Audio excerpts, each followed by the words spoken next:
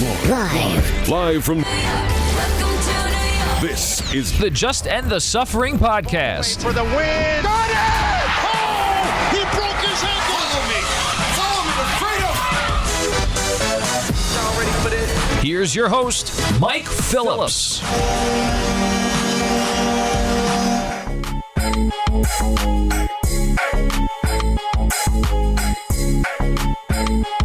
What's up, everybody? Welcome back to the Just End the Suffering podcast, a New York podcast talking New York sports from the point of view of a long-suffering fan.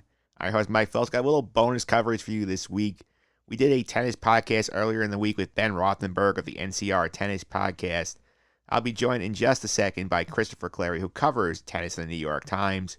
We will talk some more U.S. Open coverage there. A lot of fun storylines coming out of the event this year. The first major Grand Slam for tennis since the coronavirus pandemic recently shut the sport down. We had the Australian Open in January under normal circumstances. The French Open got pushed back. It's not coming 2 weeks after the end of the U.S. Open.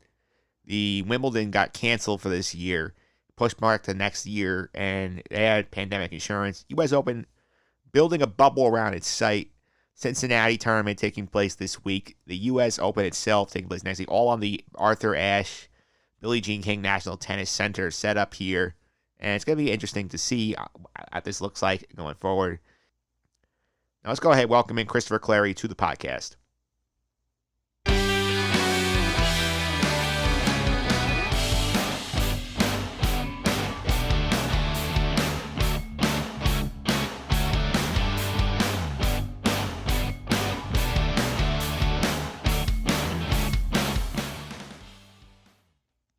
All right, I am back here on the podcast talking U.S. Open for the second time this week. Joining me today is the man who covers tennis for the New York Times, Christopher Clarey. Christopher, welcome to the podcast. How are you? Hi, Mike. How you doing? Doing very good, and I'm glad I get to talk to you this week because you've been doing a lot of interesting stories about the U.S. Open for the New York Times this week, including you had a very interesting piece. You had a conversation with Novak Djokovic that came out earlier this week. Can you tell me a little bit about that Novak interview and some of the interesting stuff that came out of it?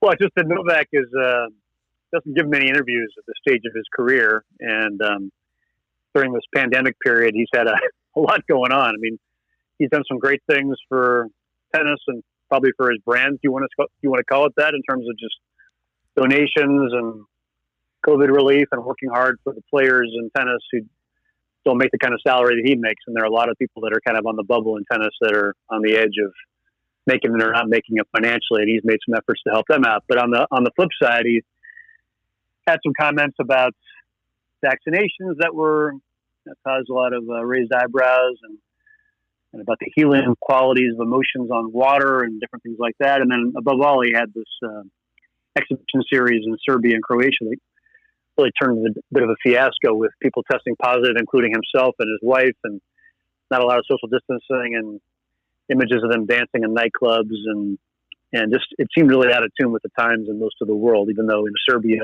and Croatia, things were more under control then. So that's part of the explanation. But there was just all these things that happened, and he hadn't talked about any of them. So he's coming to New York. He finally made a decision to come after hesitating for a long time and making a lot of demands. So it was important to get his perspective, and I've known him since he was a teenager.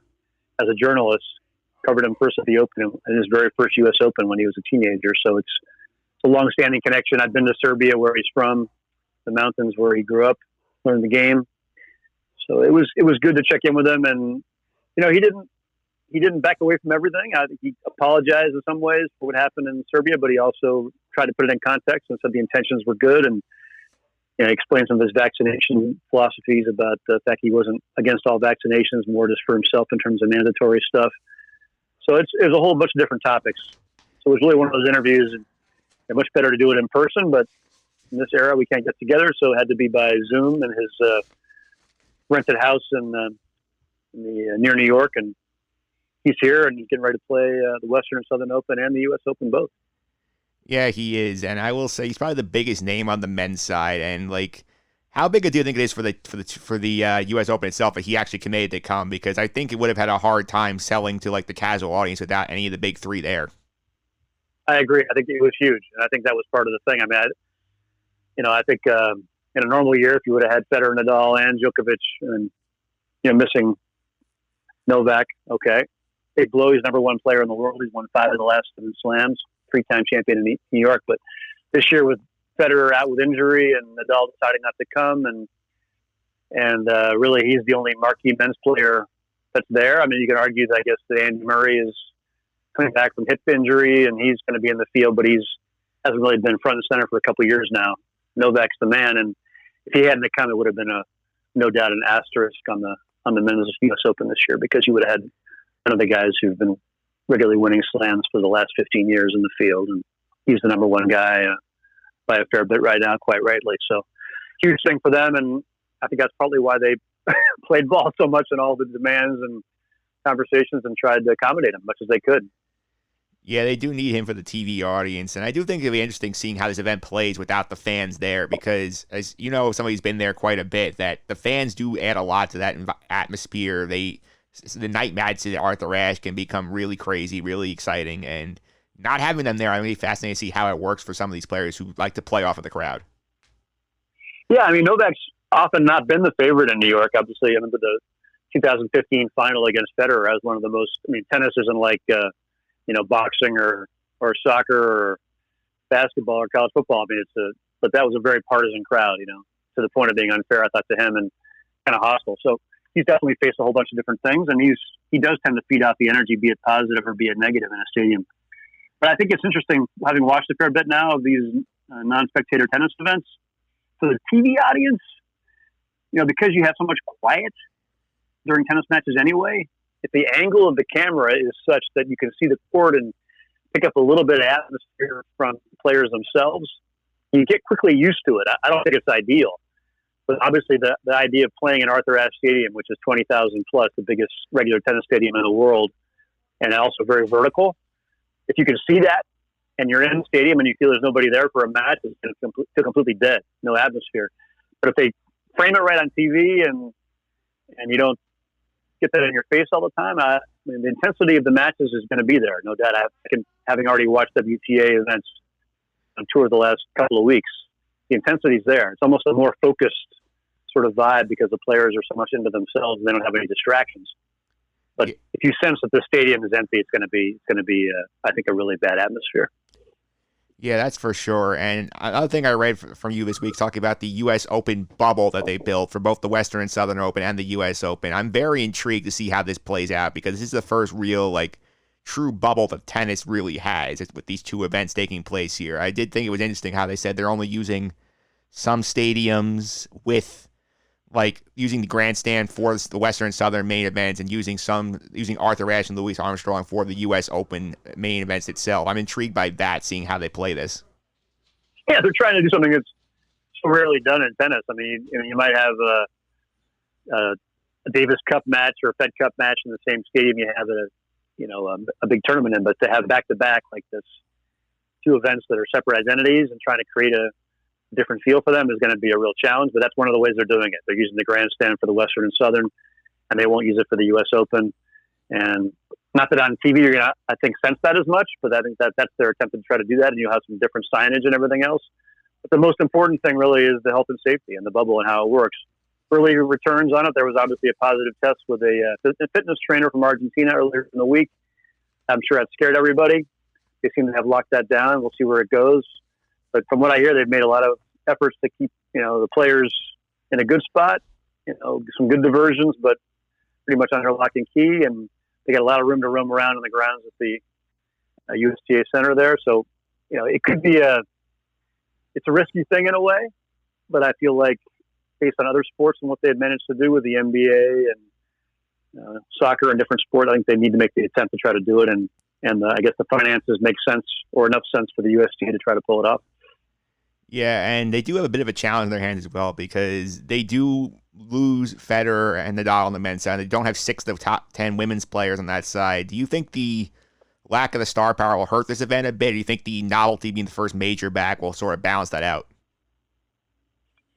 Well, I don't know about globally, because obviously you got a lot of Europeans missing, and you got Ash Barty, who's the number one women's player from Australia. But frankly, the biggest star in the women's game is probably the biggest two stars in the women's game right now are still in New York. And Serena Williams, obviously, and then you've got Naomi Osaka, who's young and only won a couple of slams, but has already has a big personality and a big following. So I think those two being there make the women's event very intriguing. And women's tennis has been extremely, deep and balanced and unpredictable for the last couple of years anyway, maybe the last 3 years. So just because you're missing 6 of the top 10 doesn't mean you don't have players who would have been capable of winning anyway. It hurts. I think you need to make mention of that in the future. We talk about this tournament, but star power wise, they're okay. And on the men's side, I think they're hurting a little bit. They got Novak, and then they got Andy Murray in. And I don't think Murray will last very long. And then you've got a bunch of these young guys who are trying to make a name for themselves, like Medvedev, who lost to Nadal in the final last year and kind of took on the crowd in New York and charmed some and turned some off. And then you've got guys like Stefanos Tsitsipas from Greece, who's very charismatic, got a fun game to watch. And then the guy who I think is the biggest threat is Dominic Thiem, who's played a couple of Grand Slam finals, almost beat Novak before the pandemic in Australia in the final, took him to 5 sets. He's a fabulous player, flashy, not a real flashy personality, but he's a guy who I think is ready to win a Grand Slam. So we'll see if he can do it here. Yeah, speaking of Dominic Thiem, are you surprised he came here? Because I thought maybe he would be more incentivized to try and point himself towards the French Open because he's more a natural clay court. Are you surprised he actually decided to come and give himself a shot here?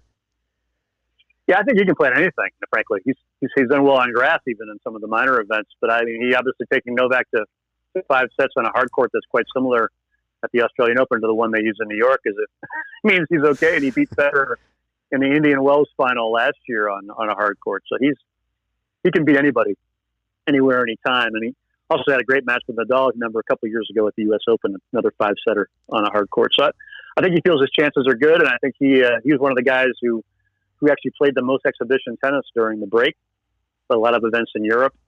Looks pretty good. I watched him play quite a lot. Haven't seen him play a 5-set match in a while, obviously, but I think he's very hungry for this first title, and I think he knows inside that having played a lot during the break, having the form right now, this is a great chance for him, and I think he does have a great chance. Yeah, I do think it's a big opportunity for people on the men's side of the draw because the big three have sort of been a stranglehold on all of those slams, and now there's opportunity out here, especially if Novak doesn't come out sharp. Somebody could really steal a slam here. Absolutely. You don't know how Novak's going to come up here. I mean, he hasn't played much at all in 5 months.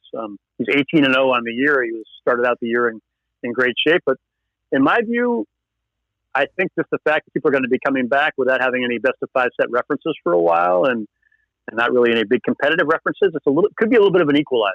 You might say it's for the guys who have that experience and the class players, and that'll come out in 5 sets, but I also think it's going to make them a little more vulnerable, too, because they're not going to have the same sense of solidity to their games. And these young guys, they all want to slam, and it's been, as you say, it's all but impossible to get for the last decade.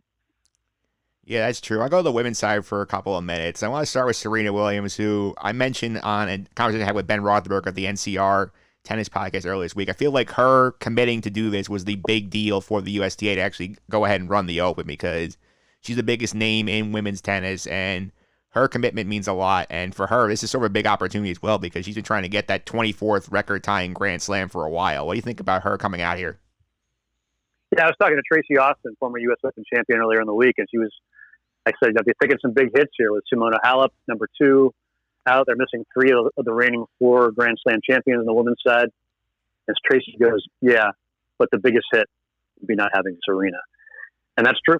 That's undeniably true. Even more true at the U.S. Open than anywhere else, but it would be true at any of these. Maybe not Australia with how popular Ash Barty is down there now, but the other 3 for sure. And I think Serena's, her personality and her quest for this 24 is still the best stories in women's tennis right now. Not for too much longer, I don't think, but I think there's still that interest in whether she can do it. She's been so close. She's reached 4 Grand Slam finals since she got back from pregnancy. She's lost all 4 in straight sets, hasn't played her best tennis in those moments. I don't think her chances are great personally. From what I've seen, there are more and more players who can handle her power, more and more players who are able to rise to the occasion and play very well against her. And having watched her in Lexington, Kentucky, in her comeback, she looks awful good at times. But there are also other players who tend to play their best against her now too. So I think it's going to be a very tough road for her. And if she pulls it off, it'll be even with the diminished field, it'll be quite an achievement and probably a fitting 24 based on the fact that Margaret Court, who she's trying to tie, played a lot of her slams with understrength fields. Yeah, that's definitely a good point. Another person I'm very intrigued by on the women's draw is seeing what Coco Gauff will do now in her second U.S. Open run. I think the break may help her because I feel like she would have been stretched pretty thin trying to play all these events over the summer. I do think she'll have a good showing here. Well, the funny thing, Mike, that we were talking about the age limitations on her because when she was 15, she could only play a very small number of events. She's kind of having to parse it out after her big breakthrough at Wimbledon last year, only being able to play just a few. Well, the pandemic took care of the limitations. She can play all she wants the rest of the season, pretty much. And I watched her play in Kentucky on TV, and she looked really good. Definitely, very much. I think she's improved some things in her game. I still love the way she's playing all-court tennis. Fabulous mover on the court. The serve has been a bit of an issue. Definitely can get shaky on the second serve at times and lose her rhythm. Forehand looks like they've worked on some of the technique there, but I mean, she's got so much potential, and obviously could get a tough draw.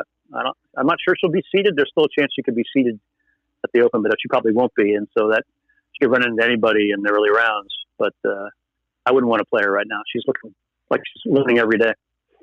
Yeah, I'm curious to see who are some players who you think that are not really being talked about right now. You think could make a decent run here at the U.S. Open on either side of the draw. Well, let's talk about on the men's side. I mean, aside from the obvious ones, which are Djokovic and Thiem. I mean, I guess there's guys I haven't seen in a while. I thought Denis Shapovalov, the Canadian, was playing great tennis at the end of last year. Didn't have a super great start in Australia, but he's a guy who I think has tremendous talent and looks great on a hard court. And so he's a guy I definitely want to see how he comes out and plays. Felix Auger-Aliassime, the other Canadian guy who's a young teenager, another fabulous talent. Those guys could have taken a big up step in the off season and just long 5 months to work on their game and can come back very strong. I think you also have to look at Tsitsipas. He wouldn't be an outsider to people who follow tennis closely, but he would be an outsider to people who don't. He's in his early 20s, Greek player who really has a fantastic game, seems to love playing against the best players and likes the spotlight. No holes, very charismatic. He's a guy who could go pretty far, pretty deep. Don't know about Zverev, another guy who's obviously in that younger generation. He's had great success, but not at a slam yet. Had his best slam getting to the semis in Australia in January, so he could do well too. So I think those are some guys to watch for sure. Guy named Andrei Rublev, super hard-hitting Russian, skinny, doesn't appear to have much power, but he has tremendous power, and he was playing great before the break as well. So we'll watch those guys. On the women's side, it's a long list. It's hard to know where to start. If you look at somebody like on the outsider list, I guess I'd be really intrigued to watch Coco, I think for sure, because of where she's at. There's a player from Ukraine named Diana Yastremska, who is I think just turned 20, and she is a huge hitter of the ball and very athletic. A little unpredictable at the moment, but I think she's somebody who's got tremendous talent, and we'll hear a lot from her in the years to come, and she could have a breakout at U.S. Open. Petra Kvitova, you wouldn't call her an outsider, but she's outside the top 10 right now. Two-time Wimbledon champion. Never really played her best at the U.S. Open. She's looked good in the break when I watched her in exhibitions, and she's a woman who's, I think, had a lot of great form in the last couple of years, and she's a veteran, I think, who could easily win the title. So those would be some names to watch, I think. Yeah, it does sound interesting. Again, talking about Christopher Clarey in the New York Times. My last question for you is this. It's an idea I've been thinking about of late because the French Open moved back, and it's so closely tied on the calendar to the U.S. Open now. They're only 2 weeks apart at the end. Do you think that it's more an advantage for players to do well in the French if they're playing here or to stay if they had not chosen not to come here and chose to prepare just for the clay court event? Do you think that one will impact the other? Yeah, one quick thing before we go on to that. I realized I forgot one person. I think the person you want to watch at the Open is on the women's side is Jennifer Brady, American player who just won the tournament in Lexington. Didn't drop the set in the whole tournament. She seems to have taken her game to another level this season and in the break. And very powerful player and talented player who's in great shape now. So that's another name to watch. As for your last question, I mean, I feel like it's a tight turnaround. 2 weeks plus the transatlantic journey and change of surface. That's tough. I mean, for years and years, only a 2-week break between the French Open and Wimbledon. But that was going from clay to grass, which maybe isn't such a hard thing in terms of the pounding on the body as a hard court. And also it was basically in the same time zone, one time zone away from France to London. this will be a whole different challenge in terms of just the recovery. So I think it will. The guys who go really deep at the U.S. Open, I think it's going to be tough to go to the French Open and win the title or go super deep there too. Novak could probably pull it off just with his talent and his experience, but that's a huge challenge. I think the guys like Rafa who committed to staying over there, or somebody like a Kiki Bertens on the women's side who loves clay and decided to stay, or Simona Halep, whose best surface probably still is clay. I think the Halep and Rafa probably help their chances at the French this year by making that decision. They can train on the surface the whole time. Their body will be fully adapted. They won't have the jet lag or the fatigue. So I think there is that issue. But a guy like Novak, play on anything. He's won on everything, but hard courts really are his very best surface. And so I think it's great he came. It's been a long road to get there. But if anybody can pull off a double, he would be the one. But I think it'll be harder than ever this year.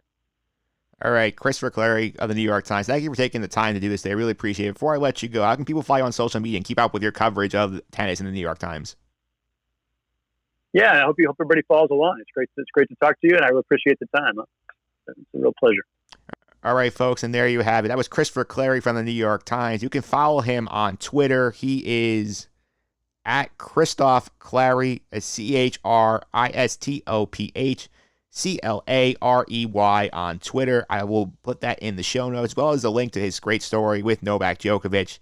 It's a very good read. I will put that in there for you as well. That's going to be it for this week's bonus episode of the podcast. I want to make sure, again, please subscribe to the podcast on iTunes, Google Play, TuneIn, Stitcher, Spotify, all the usual suspects, YouTube as well for all the individual segments. This conversation with Christopher Clarey will be up there on YouTube as well. With Mike Phillips on YouTube. Feel free your feedback and star ratings. I'll make this podcast even better going forward. You can also follow me on Twitter at mphillips331. That's MPHILIPS 331. And tweet with the hashtag US Open Bubble if you made it to the end of this week's podcast. Again, US Open Bubble. If you want more tennis podcasts, you can also go back to earlier in the week when I spoke to Ben Rothenberg of the NCR Tennis Podcast for more tennis talk. So we're getting ready for the US Open, which begins on Monday at the Billie Jean King National Tennis Center down in Queens. And that's it for now. Coming up soon, our fantasy football preview podcast, NFL over-unders, and more. Until then, stay safe, everybody.